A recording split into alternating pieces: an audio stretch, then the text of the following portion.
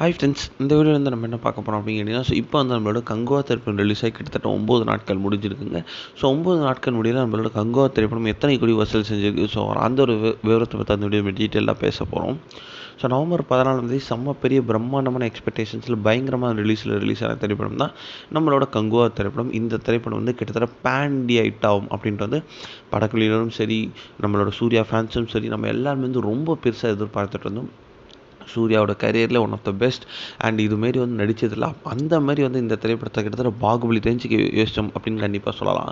ஆனால் வந்து இந்த திரைப்படம் வந்து ரசிகர் மத்தியில் ரொம்ப பெரிய ஒரு ஏமாற்றத்தை கொடுத்தது அப்படின்னு சொல்லலாம். ஸோ ரிலீஸ் ஆன முதல் நாள்லேருந்து வந்து இந்த திரைப்படத்துக்கு நிறைய நெகட்டிவ் ரிவ்யூஸ். ஸோ அட்லீஸ்ட் 12 நிமிஷம் காட்சிகளை ட்ரிம் பண்ண ரசிகர்களுக்கு ஏதாச்சும் பிடிக்குமோ அப்படின்னு வந்து படக்குழுவினர் ட்ரை பண்ணாங்க. ஆனால் வந்து அதுக்கும் வந்து ரசிகர்கள்கிட்டேருந்து எந்த ஒரு ரெஸ்பான்ஸும் இல்லை. அப்பயும் வந்து நெகட்டிவ் ரிவ்யூஸ் மட்டும் தான் வந்து வந்துட்டு இருந்துச்சு. அதனாலே வந்து வசூலில் வந்து நிறைய பாதிப்பு ஏற்படுமோ அப்படின்றத ரசிகர்கள் ரொம்ப பெருசாக பயந்தாங்க. ஆனால் வந்து வசூலில் ஒரு டீசெண்டான வசூல் மட்டும் தான் போய்ட்டுருக்கு. கிட்டத்தட்ட வந்து 200 கோடிக்கு மேலே 230 கோடிக்கு மேலே கலெக்ட் பண்ணியிருக்கு அப்படின்ற ஒரு ரிப்போர்ட் வந்திருக்கு.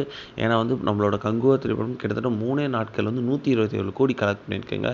ஸோ அடுத்த ஒரு வாரத்தில் கண்டிப்பாக வந்து 250 கோடியை தொட்டிருக்கும் அப்படின்னு தான் ரசிகர்கள் எதிர்பார்க்குறாங்க.